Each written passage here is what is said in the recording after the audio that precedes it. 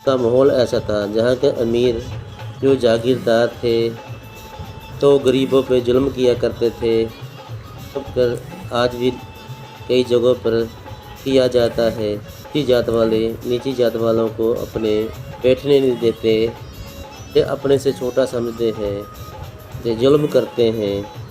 इसी तरीके का माहौल जो है कलियर में था। ये तमाम बातें मुसलमानों थी, क्योंकि कई मुसलमान अमीर भी मुसलमान थे, कई गरीब भी मुसलमान थे। यही बातें दूर करने के लिए सावरी पाक जहाँ आए, तशरीफ़ लाए थे, आपने फरमाया था कोई बड़ा भी छोटा नहीं होता, कि सब बराबर है अल्लाह की हुजूरी में।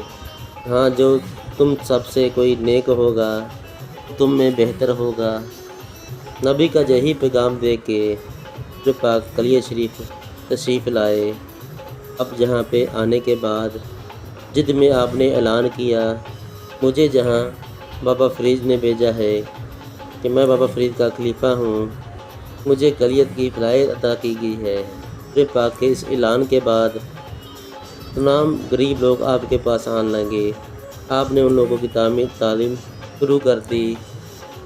तब जब लोग आपके करीब होने लगे, यहाँ कलिया शरीफ में जो काजी रहा करता था उसका नाम क़ियामुद्दीन है, फिर उसे बहुत तकलीफ़ हुई।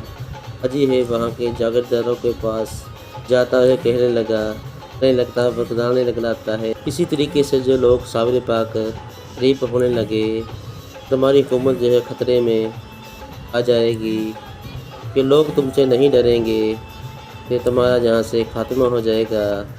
तुम्हें जो अपनी गद्दी बचानी है, अपनी शान बचानी है, तो सावरे पाक को रोकना होगा।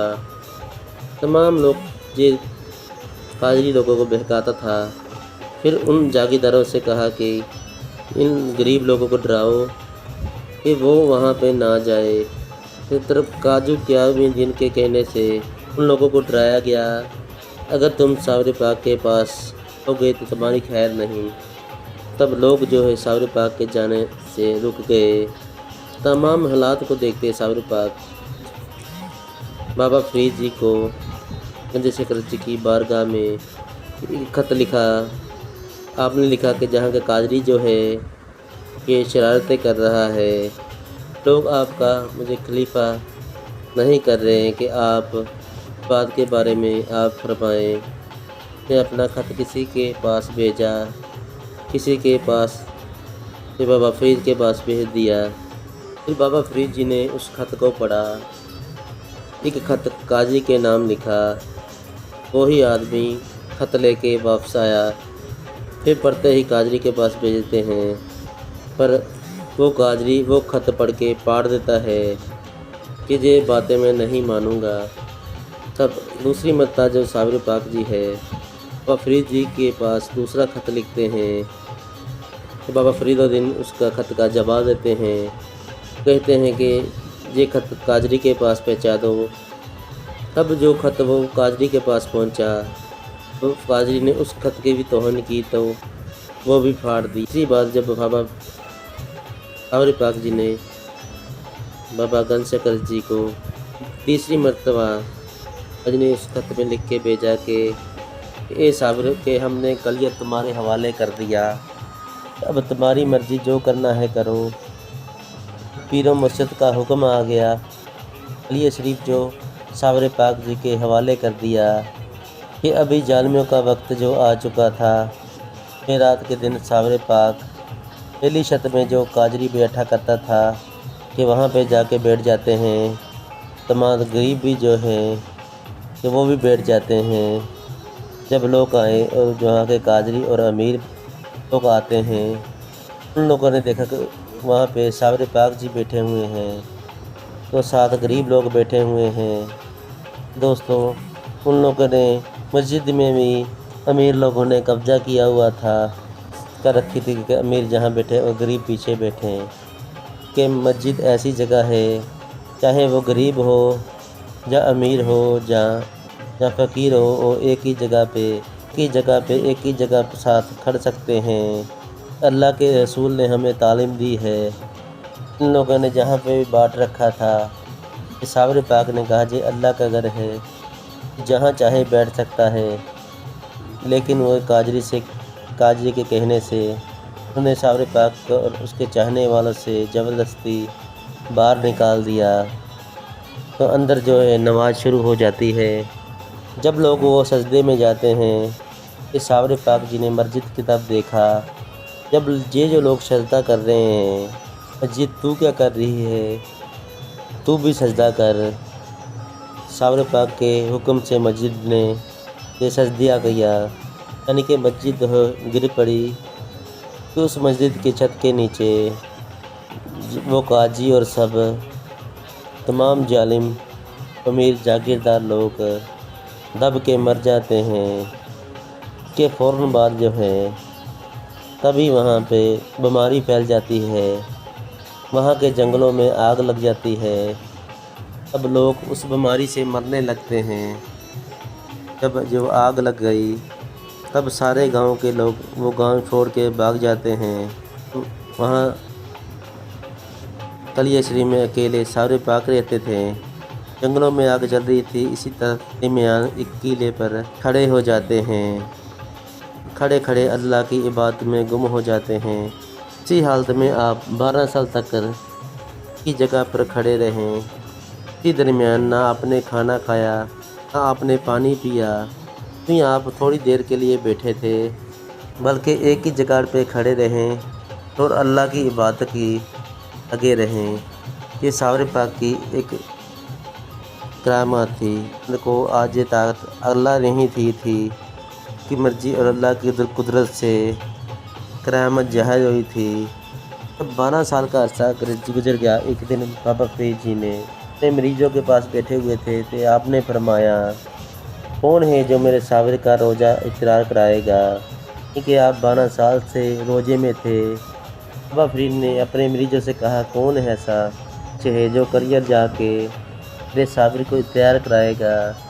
آپ کی بات سن کے تمام لوگ خاموش بیٹھے رہیں۔ کچھ دیر بعد ایک نوجوان لڑکا کھڑا ہوتا ہے، وہ کھڑے ہو کے کہتے ہیں حضور میں جاؤں گا، وہ کہتے ہیں حضور میں جاؤں گا۔ تو آدمی کو بابا فرید جی چند نصیحت کرتے ہیں کہ تم جا رہے ہو، تم فوراً ساور کے آگے نہیں کھڑے ہونا، تم اس کے پیچھے رہنا جب تک کہ ساور بیٹھ نہ جائے، یعنی کہ جب آپ کو خود حکم نہ دے کہ میں آپ کو نصیحت دے رہا ہوں، نصیحت اپنے دماغ میں رکھنا۔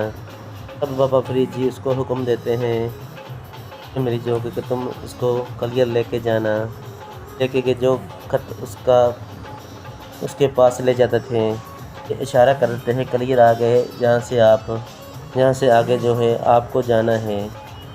جب وہ اس قلعہ شریف میں شامل ہو جاتے ہیں کہ وہ کیا دیکھتے ہیں ایک قلعے پر کہ ساور پاک کھڑے ہو کے اپنی بات میں مشہور ہے۔ پھر ساور پاک کے پاس وہ آدمی جاتے ہیں، ساور پاک کے جا کے پیچھے کھڑے ہو جاتے ہیں، ایک کلام شریف کی قراءت شروع کر دیتے ہیں۔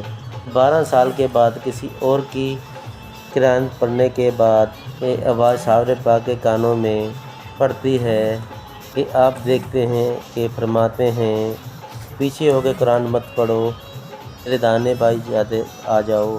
وہ پھر دائنے پاس آ گئے، قرآن شریف کی علاج کرتے ہیں، پڑھتے پڑھتے اچانک رک جاتے ہیں۔ ساور پاک فرماتے ہیں کہ تم رک کیوں گئے، تم اور پڑھو، ہم سننا چاہتے ہیں۔ تو وہ کہتے ہیں کہ حضور کھڑے کھڑے میرے پیروں میں درد ہوتا ہے، دکھ رہے ہیں کہ میں بیٹھنا چاہتا ہوں۔ ساور پاک جی نے فرمایا کہ آپ بیٹھ جائیں۔ انہوں نے فرمایا کہ حضور آپ کھڑے ہوئے ہیں کہ میں کیسے بیٹھ سکتا ہوں، کہ یہ نہیں ہو سکتا، بلکہ آپ پہلے بیٹھیں تب میں بیٹھوں گا۔ ساور پاک نے فرمایا کہ ٹھیک ہے، اچھے طریقے سے قرآن پڑھ رہے ہیں کہ میں سننا چاہتا ہوں، آپ تھوڑا مجھے سہارا دے کہ میں بیٹھنا چاہتا ہوں۔ تب وہ آدمی ساور پاک جی کے پیروں کو پکڑتے ہیں، ساور پاک فرماتے ہیں کہ میرے آگے نہ آئے، میرے پیچھے سے ہی سہارا دے، سے ان کو سہارا دیتے ہیں کہ ساور پاک جی کو بٹھا دیتے ہیں کہ 12 سال سے ساور پاک جی کھڑے ہوئے تھے، 12 साल के बाद आपके जिस्म में है जो हरकत हुई, तब काफ़ी कमज़ोरी आपके शरीर में आ गई थी। तब फरमाते हैं कि अब अभी कुरान शरीफ पढ़े। वो आदमी कुरान की इजाज़त शुरू करते हैं। थोड़ी देर पढ़ने के बाद जो है आप फिर से खामोश हो जाते हैं। ये सावर पिया ने फरमाया है कि आप क्यों रुक गए? कहा कि हुजूर शाम होने वाली है, वापस पाक वतन जाना है। जब उस सावर पाक ने 12 साल पाक वतन की नाम सुना तो रोने लगे।